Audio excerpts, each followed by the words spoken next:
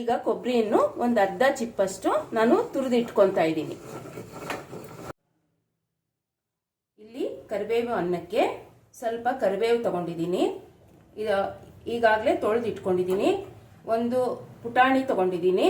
ಒಂದು ಚಿಕ್ಕ ಕಪ್ಪಲ್ಲಿ 1-2 ಇಡಿಯಷ್ಟು ಉಪ್ಪು ತಗೊಂಡಿದ್ದೀನಿ. ಆಮೇಲೆ ಒಂಚೂರು ಬೆಲ್ಲ, ಆಮೇಲೆ 1-2 ನಿಂಬೆ ಹಣ್ಣಿನಷ್ಟು ಗಾತ್ರದ ಹುಣಸೆ ಹಣ್ಣು ತಗೊಂಡಿದ್ದೀನಿ. ಹಸಿ ಕೊಬ್ಬರಿ ಈಗಾಗಲೇ ತುರಿದು ಇಟ್ಕೊಂಡಿದ್ನಲ್ಲ, ನಿಮಗೂ ತೋರಿಸಿದ್ದೀನಿ. 1/4 ಚಿಪ್ಪಷ್ಟು ಹಸಿ ಕೊಬ್ಬರಿಯನ್ನು ನಾನು ಇಲ್ಲಿ ತಗೊಂಡಿದ್ದೀನಿ.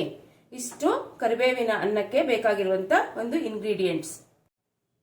ಕಡಲೆಪಪ್ಪು, ಹಸಿ ಮೆಣಸಿನಕಾಯಿ, ಕೊಬ್ಬರಿ, ಉಪ್ಪು, ಹುಣಸೆ ಹಣ್ಣು ನೆನೆಸಿಟ್ಕೊಂಡಿದ್ದೀನಿ, ಬೆಲ್ಲ, ಕರಿಬೇವು. ಇಷ್ಟೆಲ್ಲ ಪದಾರ್ಥಗಳನ್ನು ನಾವು ರುಬ್ಬಿಕೊಂಡು ಪೇಸ್ಟ್ ಮಾಡಿ ಕರಿಬೇವಿನ ಅನ್ನ ತಯಾರಿಸಬೇಕಾಗುತ್ತೆ. ಮೊದಲು ಕೊಬ್ಬರಿ, ಕಡಲೆಪಪ್ಪು, ಮೆಣಸಿನಕಾಯಿ, ಉಪ್ಪು ಹಾಕೊಂಡು ಗ್ರೈಂಡ್ ಮಾಡಬೇಕು. ಹುಣಸೆ ಹಣ್ಣು ಎಲ್ಲ ಗ್ರೈಂಡ್ ಮಾಡ್ಕೋಬೇಕು ಮೊದಲು.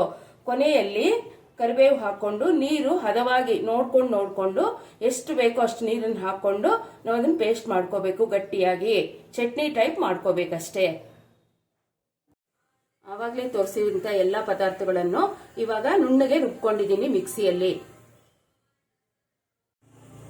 ಈಗ ಒಂದು ಕಡಾಯಿಯಲ್ಲಿ ಒಂದು 125 ಗ್ರಾಮ್ ಅಷ್ಟು ಎಣ್ಣೆ ತಗೊಂಡಿದ್ದೀನಿ. ಅದಕ್ಕೆ ಸಾಸಿವೆ, ಎಣ್ಣೆ ಕಾದಿದೆ, ಸಾಸಿವೆ ಹಾಕ್ತಾ ಇದ್ದೀನಿ. ಎಣ್ಣೆ ಕಾದಿದೆ, ಇವಾಗ ಸಾಸಿವೆ ಹಾಕೊಂಡಿದ್ದೀನಿ.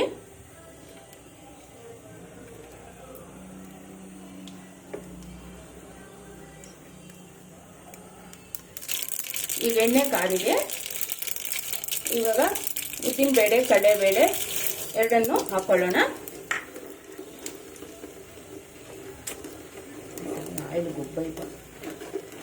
ಉದ್ದಿನಬೇಳೆ, ಕಡಲೆಬೇಳೆ ಮತ್ತೆ ಕಡಲೆ ಬೀಜ ಎಲ್ಲಾನು ಹಾಕೊಂಡು ಕೆಂಪಗಾಗುವವರೆಗೆ ಹುರ್ಕೊಳ್ಳೋಣ. ಇವಾಗ ಇವೆಲ್ಲ ಕೆಂಪಗಾಗಿದೆ. ಇವಾಗ ಅರಿಶಿನ ಪುಡಿಯನ್ನು ಸೇರಿಸ್ಕೊಳ್ಳೋಣ. ಗ್ಯಾಸ್ ಸಿಮ್ಮಲ್ಲಿ ಇಡ್ತೀನಿ. ಈಗ ರುಬ್ಬಿರುವಂತ ಒಂದು ಪೇಸ್ಟ್ ಅನ್ನು ಎಲ್ಲವೂ ಎಣ್ಣೆಗೆ ಹಾಕೊಳ್ಳೋಣ.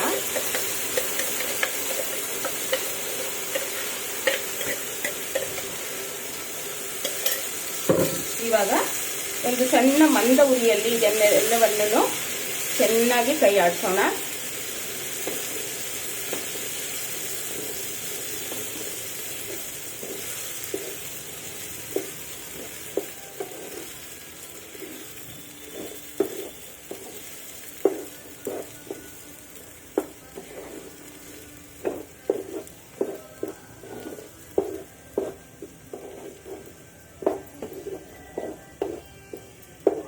ಫ್ಲೇಮ್ ಒಂಚೂರು ಆನ್ ಮಾಡ್ಕೊಂತೀನಿ. ಸ್ವಲ್ಪ ಮೀಡಿಯಂ ಹದದಲ್ಲಿ ಫ್ಲೇಮ್ ಇಟ್ಕೊಂಡಿದ್ದೀನಿ. ಇವಾಗ ಈ ಚಟ್ನಿ ಎಲ್ಲಾನು ಚೆನ್ನಾಗಿ ಕಲ್ಕೋಣ. ಸ್ವಲ್ಪ ಗಟ್ಟಿ ಆಗ್ತಾ ಬರುತ್ತೆ.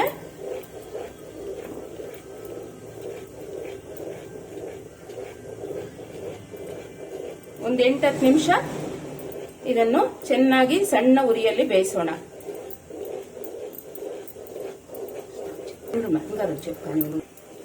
ಇವಾಗ ಪೇಸ್ಟ್ ಗಟ್ಟಿ ಆಗ್ತಾ ಬರ್ತಾ ಇದೆ.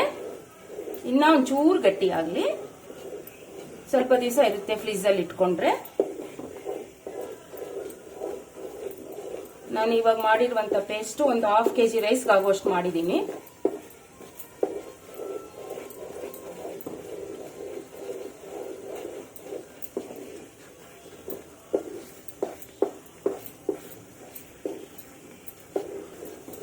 ಈ ಕರಿಬೇವಿನ ಚಟ್ನಿ ಇದರಿಂದ ಏನು ಉಪಯೋಗ ಅಂದ್ರೆ ನಮ್ಮ ಕಣ್ಣಿಗೆ ಒಳ್ಳೇದು ಮತ್ತೆ ನಮ್ಮ ಆರೋಗ್ಯಕ್ಕೂ ಒಳ್ಳೇದು. ಇದರಲ್ಲಿ ತುಂಬಾ ಐರನ್ ಇರುತ್ತೆ.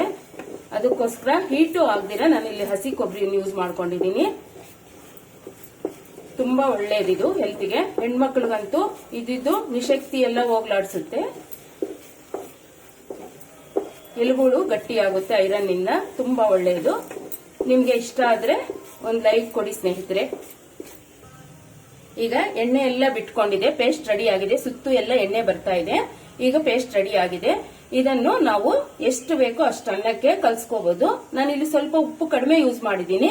ನಿಮ್ಗೆ ಬೇಕಾಗಿದ್ರೆ ಅನ್ನದ ಮೇಲೆ ಸ್ವಲ್ಪ ಉದುರಿಸ್ಕೊಂಡು ಕಲ್ಸ್ಕೋಬಹುದು. ಫ್ರೀಜ್ ಅಲ್ಲಿ ಇಟ್ಕೊಂಡ್ರು 4 ದಿವಸ ಚೆನ್ನಾಗಿರುತ್ತೆ. ಇವಾಗ ಗೊಜ್ಜು ರೆಡಿ ಆಗಿತ್ತಲ್ವಾ, ಇವಾಗ ಅದನ್ನೇ ಒಗ್ಗರಣೆಯನ್ನು ಅನ್ನ ಎಲ್ಲ ತಣ್ಣಗೆ ಮಾಡ್ಕೊಂಡಿದ್ದೀನಿ. ಪುಡಿ ಪುಡಿಯಾಗಿ ಮಾಡ್ಕೊಂಡಿದ್ದೀನಿ ಅನ್ನನು. ಇವಾಗ ಗೊಜ್ಜನ್ನ ಹಾಕಿ ಕಲಿಸ್ತಾ ಇದ್ದೀನಿ ಅನ್ನ.